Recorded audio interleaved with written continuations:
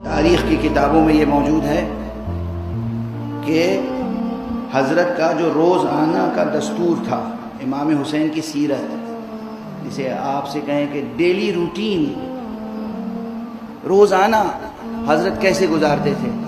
ظاہر ہے کہ نماز فجر کے بعد مصلی پر طلوع آفتاب تک تشریف فرما رہتے تھے۔ اول وقت نماز پڑھی اور اس کے بعد مصلی پر بیٹھے، کسی سے گفتگو نہیں ہے، گفتگو ہے اس سے، گفتگو ہے جو گفتگو کا خالق ہے، سخن ہے اس سے جو خالق سخن ہے، سخن ہے اس سے جو خالق کون و مکان ہے، حسین ہے اور اللہ، یہاں تک کہ سورج طلوع ہوتا تھا۔ سورج بھی جب تھوڑا طلوع ہو جاتا تھا تب حضرت مصلی سے اٹھتے تھے۔ یاد رہے گا آقا کی ڈیلی روٹین۔ اٹھنے کے بعد سب سے پہلا کام کیا کرتے تھے؟ جو لازمی ضروریات زندگی ہیں، جسے آپ کہتے ہیں تھوڑا سا ناشتہ، ایک دو لقمہ، اور اس کے بعد عموماً معصومین کی زندگی یہ ہے کہ 3 لقمے سے زیادہ تناول نہیں فرماتے تھے۔ اس کے بعد پھر فوراً مسجد نبوی میں آ کر آپ کی ایک خاص جگہ مخصوص تھی، ایک کرسی تھی، وہاں تشریف فرما ہوتے تھے، اور ایک مجمع کے سامنے لگ جاتا تھا۔ یہ لوگ تھے طالبان علم۔ اب حسین درس کہتے تھے، وہ عابد ہن مصطفیٰ، جس سے پرورش ہوئی تھی حسین کی، اس کے انوار، اس کی تجلیاں، اس کی روشنی بکھرتی تھی۔ ایک ایک جملہ حضرت کا علم و حکمت کا آفتاب ہوتا تھا۔ ایک مفصل بحث ہے جو میں نے کی ہے کہ یہ جو آپ سمجھتے ہیں کہ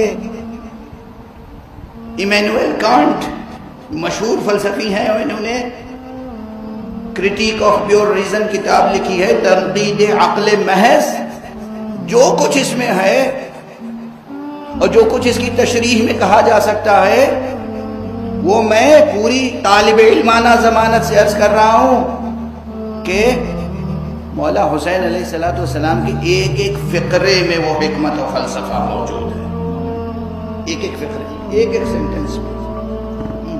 علم کیا ہے، عرفان کیا ہے، محبت کسے کہتے ہیں، عشق کسے کہتے ہیں، عقل کسے کہتے ہیں، وجود انسانی کی حقیقت کیا ہے، وجود انسانی کا کمال اور اس کی عظمت کیا ہے، اس کائنات کے اسرار اور خالق کائنات کی عظمتیں، یہ سب آقا حسین بیان کرتے تھے۔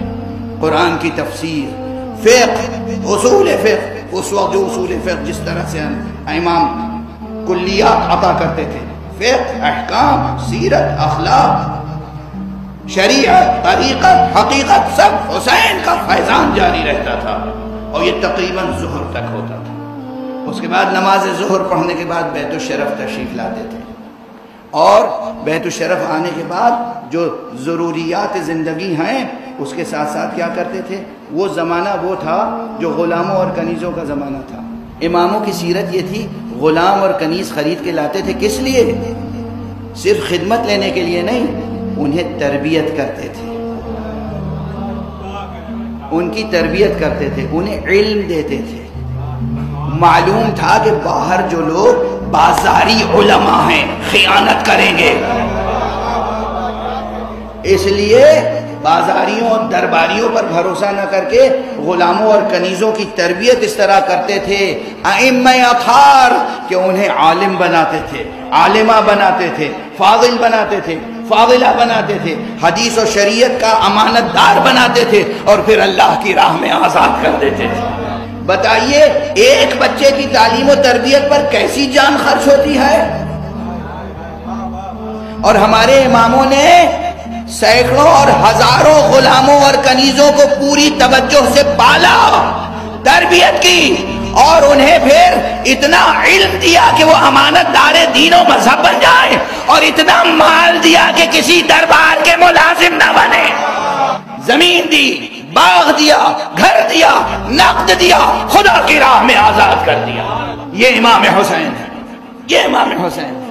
اور اس کے بعد شام تک غلاموں کی تربیت، کنیزوں کی تربیت، نماز مغرب کا وقت ہوا، نماز ادا کی، اور اس کے بعد جب ذرا اندھیرا چھا گیا تو پھر مخصوص غلاموں کو بلایا، اور گھر میں رکھی ہوئی تھیلیاں ہیں، کچھ روٹی کی تھیلیاں ہیں، آٹے کی تھیلیاں ہیں، کچھ روپے کی تھیلیاں ہیں، درہم و دینار، بتایا فلاں فلاں کے گھر جا کے دروازہ کھٹکھٹانا اور اس طرح دینا کہ تمہیں کوئی پہچاننے نہ پائے۔